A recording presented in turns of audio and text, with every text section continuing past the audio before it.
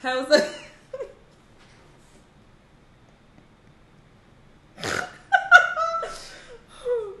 How's up, y'all? Was popping this deep. I was reacting to this video about impressive. This is J-Lo thinks she could sing like Beyonce. Bitch! Girl! That's why I'm laughing. Because who then lied to you, girl? You can't even sing like Kelly Rowland. And I like Kelly. Let me not shade Kelly. But, Katie. Let me not shade Kelly Rowland, because, yeah. You can't sing like, bitch, Madonna. I don't fucking know. Beyonce. Just not Beyonce. Anyway, what the rest of this shit say? Latto accused of copying Doja Cat and Miguel and Nazanin Miguel and his chick split. Sure, let's get all the details. Let's watch.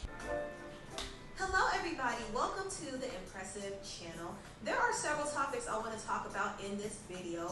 First, starting with Jennifer Lopez. Now, over the weekend, there was this running joke on Stan Twitter that was saying that Jennifer Lopez is on the level of other great vocalists in the industry. And one Twitter user started up a whole conversation comparing Jennifer Lopez. I thought she was saying that she could sing like Beyonce. Who's winning a vocal battle? Someone responded to this tweet and said, "Believe it or not, Beyonce and J-Lo are hitting Believe it or not, now obviously this person was being very sarcastic. But Jennifer Lopez did not quite get the memo. In fact, she was caught liking this tweet. And it is possible she may have liked this tweet on accident. Or maybe she's in on the joke and she's laughing too. It would be really, really delusional of J-Lo to think that she's hitting any note like Beyonce. I think she she's trolling. Doesn't even hit her own notes. She has a history of taking Ashanti and Christina Milian's vocals. Not only that, Jennifer kind of sounds crazy without auto-tune. I reckon to that video. I don't waste street. No. Whoa, I'm sorry everybody, that hurt me too, sorry, that sounded so fucking crazy. How would you know, sis? As you can hear, Jennifer sounds like a screeching cat singing off key. So we're not going to put Jennifer on the same level as Beyonce in life, okay? But I will say this about J-Lo, even though I don't think she's the best vocalist, I do think she is a great performer. I think she's a great entertainer. And that's something I'll never ever take away from her. She can definitely put on a show. So she might not be the best singer, but she does have other strengths. I just brought up this topic because I thought that whole Twitter discussion was hilarious. Yeah, okay. J-Lo hitting the same note as Beyonce, hilarious. Now moving on, I want to talk about the rapper Latto. Latto has been getting some mixed reviews on her new single, Big Energy. She dropped this song last week, and the song actually samples Mariah Carey's hit song, Fantasy. It's also a sample of this song called Genius of Love by I'll try to listen to it, though. But when you hear the song Big Energy and you hear the vocals, you think of Mariah Carey's song, Fantasy. Now, some people did like the song Big Energy. I actually thought it was a cute song. I'm not really a fan of Latto like that, but I thought her song Big Energy was cute and it was different. It's not the typical sound that you would hear from her, but it's clear that she's trying to go into a more commercial direction with her music, and I think that could be beneficial for her brand. But some people weren't really here for her song Big Energy. Oh, I hate this Some Mariah fans didn't care for the fact that she was sampling Mariah's song.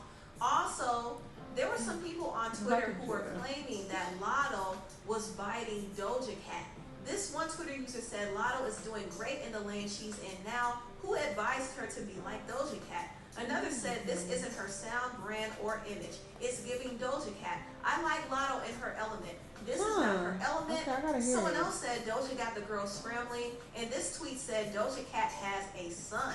Another Twitter user said, I like Latto, but it's giving Doja Cat. And as iconic as the Mariah Carey Fantasy beat is, I don't think it worked here. And there were also a slew of other tweets claiming that Latto was copying Doja. Some other people pointed out that she sounded like Megan Thee Stallion, and she was doing what Cardi B was doing and Saweetie was doing. So there are a lot of different comparisons going around, and Latto didn't like that at all. She said a B-rap, and y'all begged me to switch it up. a B show versatility. Now it's why she's singing, why she dancing, and I'm trying to be like somebody else. Moral of the story, folks always gonna have something to say. Do you? She later on tweeted this: I hate this Latto hate train. I feel so misunderstood, being I'm literally the least problematic person ever in real life. Really? So Latto thinks there's a hate train going on against her just because people don't like her new song. And honestly, I think she needs to stop being so sensitive.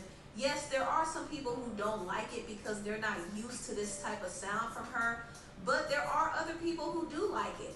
And honestly, I don't mind the song. I actually think it's smart for Latto to do something different with her sound. If she wants to be a mainstream commercial artist, she has to be versatile with her sound and her lyrical content. And also, she has to start branding herself. And I see that she's now trying to brand herself as this lottery casino girl. And I think that's smart too. It's great marketing because in the future, she could get some deals and partnerships with different casinos and different online lottery games. So she's trying to rebrand herself because she wants to be a commercial artist. And I believe that she is getting some inspiration from Doja Cat because she sees that Doja is winning. Doja is winning doing pop music, and Latto wants to win too. So she's going to do her little pop music, get her money, and go on about her business. Pop on here. Now, on to the last topic. This week, it was reported that the R&B singer Miguel and his partner of 17 years, Nazanin are getting a divorce. A statement came from their team saying that they both have been separated for some time now. Now, it's interesting because earlier this month, Miguel actually posted a happy birthday message to Nazanin. So I assume that maybe they still were together. But Nazanin has not posted Miguel on her feed for a while. And she did post this on her IG story.